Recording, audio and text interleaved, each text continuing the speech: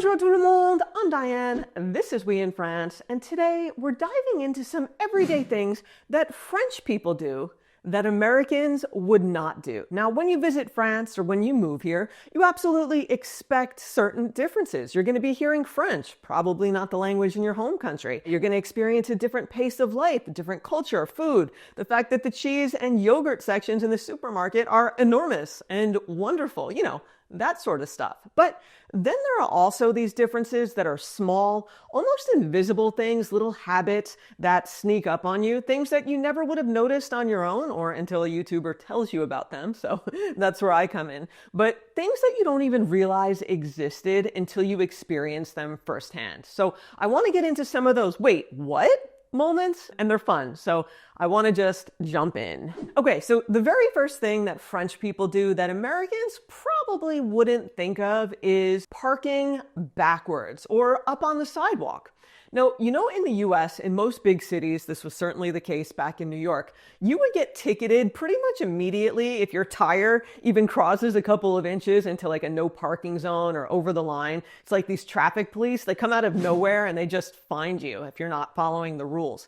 But in France, things are a little bit more relaxed. In my experience, the parking practices are pretty creative and they follow a more, I would say, anything goes kind of approach. You'll see cars backed up on sidewalks, like on the part where people are supposed to walk. You'll see cars squeezed into spots that kind of defy physics, like where they just airlifted in, I don't know, parked backwards on the street or even parked backwards on a one-way street.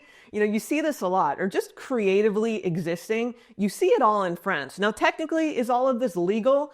Probably not, but is it enforced? Not really. It's much more relaxed here when it comes to parking. All right, number 2, staying home during realtor visits. Now, here's a fun one. In the US, if you're selling your home, you normally clear out, you go out for the day so the real estate agent can show off your property to the prospective buyers. If they're going to have an open house, you're not there. They'll usually schedule this ahead of time. They'll call you, they'll let you know so you and your family can head out for the morning or the afternoon, whatever time it is. And in the US, it would be unusual, I'd say, if the owner is home when the realtor shows your house, and I learned this, that there's a major difference in France when we bought our house because sellers will commonly stay home during these visits. So it's not all the time, but it's common enough that you'll walk into a showing with your estate agent and the owner is just there chilling on the couch, or at least greets you when you come in. Maybe they offer you tea or coffee, and it's very French hospitality meets Zillow, and I can't say I liked it. I do see both sides. If the owner's there, they can, of course, provide you with information that maybe the real estate agent wouldn't know about, like when repairs were done or exactly what the neighbors are like or whatever. But on the other side of the coin, I feel like as a buyer, you might feel like you can't openly express your opinions. You can't speak freely as not wanting to offend the owner who just happens to be in earshot. So anyway, that's just something to be aware of. If you're buying a house in France and you go take a look at it, the owner might and probably will be home.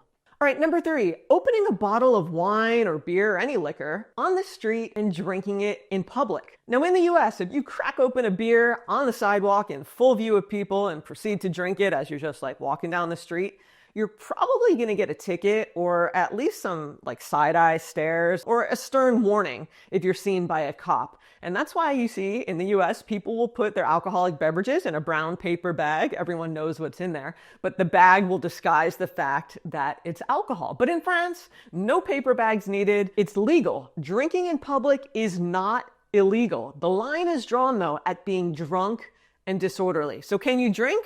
Yes. Can you be drunk and disorderly, which is called ivresse in French? No. And actually, you can face a €150 fine according to Article R3353-1 of the Public Health Code. So while yes, sipping a glass of wine while picnicking in the park, that is fine. Drinking a beer out on the sidewalk in France, no problem. But just don't go overboard. Don't be drunk and disorderly, and you'll be fine.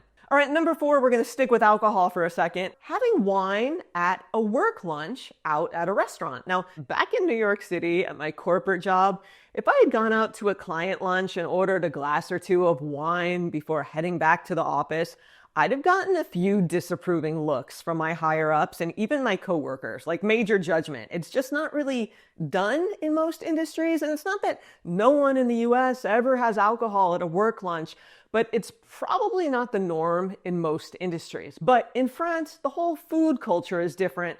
It's totally acceptable, of course, not to get buzzed, definitely not to get drunk, but wine is a part of enjoying a great meal. And it's cultural. It's not rebellious or something that's gonna get you in trouble with the boss or something just the edgy new coworker does. No, it's normal. It's part of a meal. And I could say I experienced this firsthand when I was working at a school back in the day. When I first came to France, I was out to lunch with some of the other teachers, just in a regular casual restaurant. We were all joking around and someone said, "Oh, I'm going to order a cliché." It's a pitcher of wine. And I thought they were trying to see if I would go for it, since in the US I wouldn't and decline. I thought it was a test, but it wasn't a test. They ordered their cliché and everyone had wine during lunch. They weren't drunk. It was just a compliment to the meal. It was fine. It was normal. And I like that. All right, next, opening a 6-pack of soda or milk, bottled water, what have you, in the supermarket and just taking one bottle out of that multi-pack instead of the whole pack as is. Let me explain this one. So in the US, generally multi-pack items aren't sold for individual sale, and it'll say that right there in small print on the label. So Americans know growing up, if you go to the supermarket and you just want one bottle of soda or water, look for the individual bottles on the shelf and just grab one. Definitely do not open the plastic of a multi-pack, rip out one bottle of water, and then go to the cash register. An 8-pack of water is to be sold as an 8-pack of water.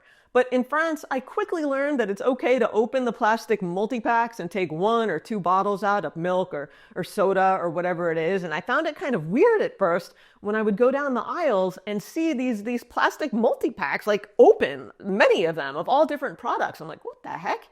And then I realized that's okay to do in France. Open it and take one. You can do that. You aren't breaking any rules. They're not just to be sold as multi-packs, but it's something you have to get used to, or learn at least, because we don't really do that in the US. All right, next, number 6, eating more adventurous cuts of meat or more interesting or exotic foods. I'm talking about things like cow tongue, liver, cow cheek, tripe, sardines, that sort of thing. And for many Americans, that's more of a fear factor challenge and not what you eat for lunch.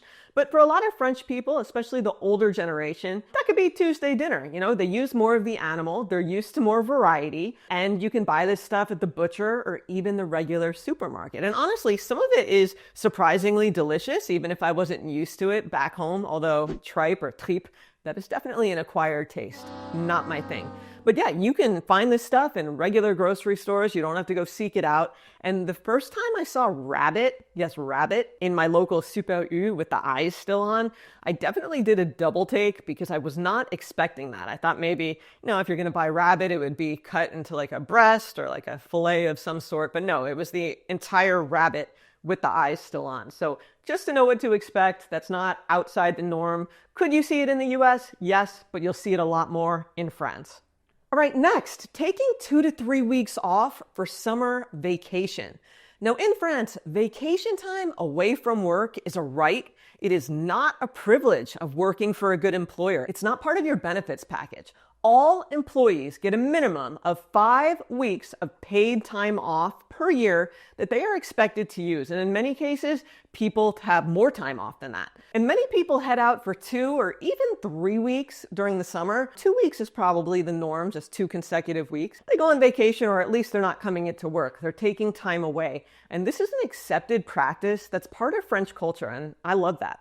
Now, companies and small businesses, they'll sometimes close during this time. You'll see signs on their doors saying that they're on vacation, till August 29th, September 2nd, whatever. Or they'll just stagger staffing if they do stay open. So the company, of course, still functions.